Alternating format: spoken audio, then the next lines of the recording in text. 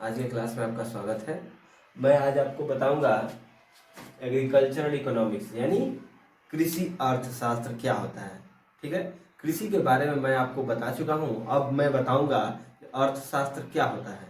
ठीक है, अर्थशास्त्र के बारे में जानने से पहले हम लोग को यह जानना जरूरी है कि ज्ञान क्या होता है। ज्ञान वह अनुभव है जिसको हम पहले से महसूस कर चुके हैं, उसके बारे में जानते हैं। वो कोई भी वस्तु भी हो सकता है, कोई प्राणी भी हो सकता है, या कोई नाम भी हो सकता है। ठीक है, कोई बीमारी भी हो सकता है, यानी कि ज्ञान अनंत है। ठीक है, उससे मैं पहले बता रहा हूँ कि देखिए, अर्थशास्त्र के अनुसार ज्ञान को दो भागों में बांटा गया है। पहला है कला और दूसरा है विज्ञान। ठीक है, अब देखिए कला क्या होता है जी। अब कला के बारे में जानेंगे।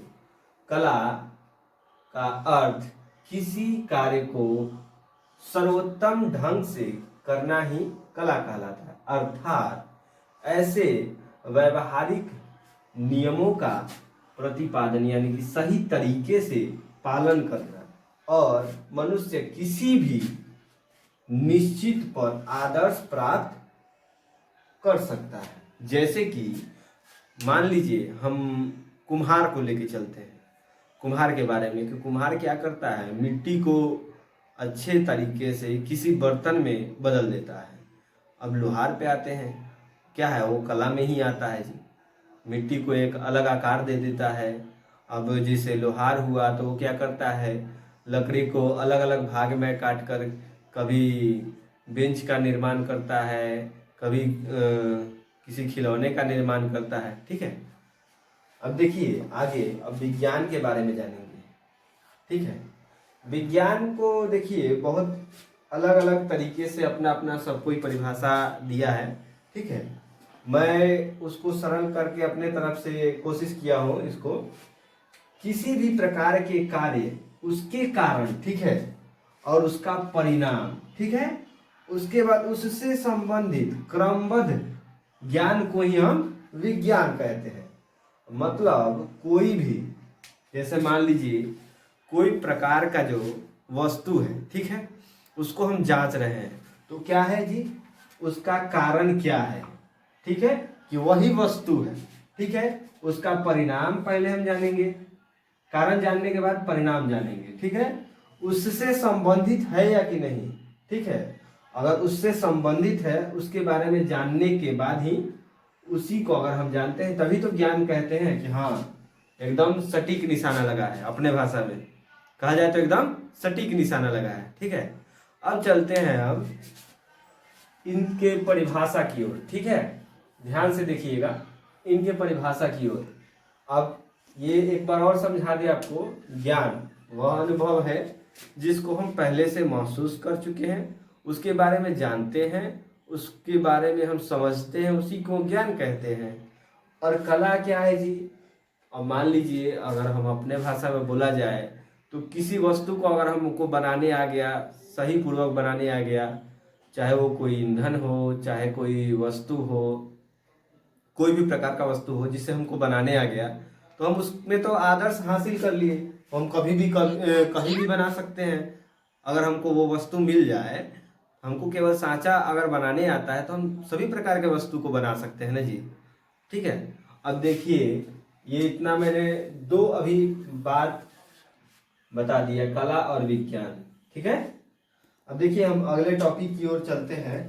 ठीक है, इसको हम साफ कर लें।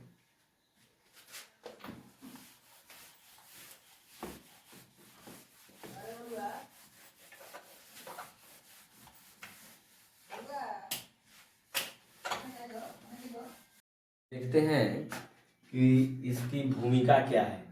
ठीक है, मतलब कृषि अर्थशास्त्र में अर्थशास्त्र की भूमिका क्या है।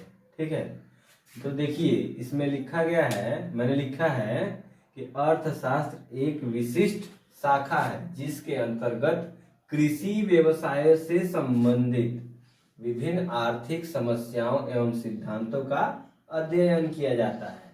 ठीक है, तो कृषि से संबंधित क्या चीज के बारे में, उसके व्यवसाय के बारे में जो उससे जुड़ा हुआ है। ठीक है, उससे संबंधित है।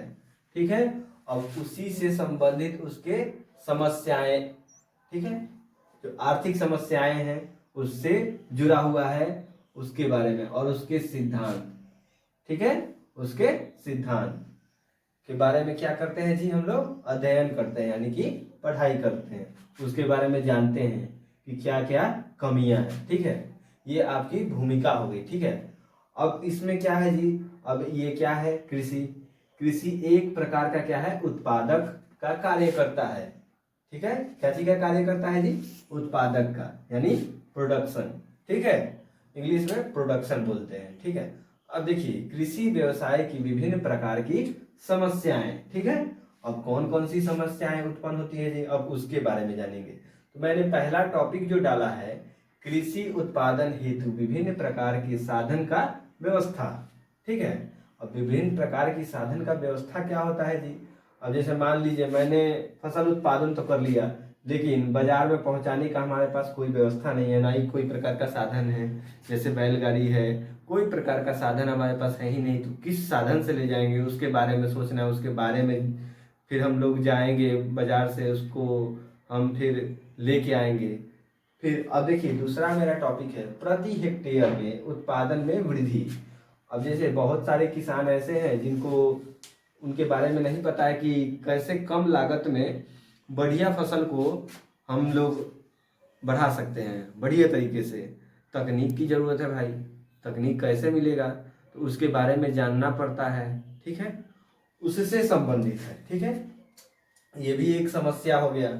अब देखिए क्या कह रहा है, कृषि भूमि पर जनसंख्या का दबाव। अब क्या हो रहा है, जनसंख्या का दबाव का मतलब ये आप भी समझ सकते हैं, आज के युग में खेती से किसी को उतना लगाव अब रह नहीं गया है, ठीक है,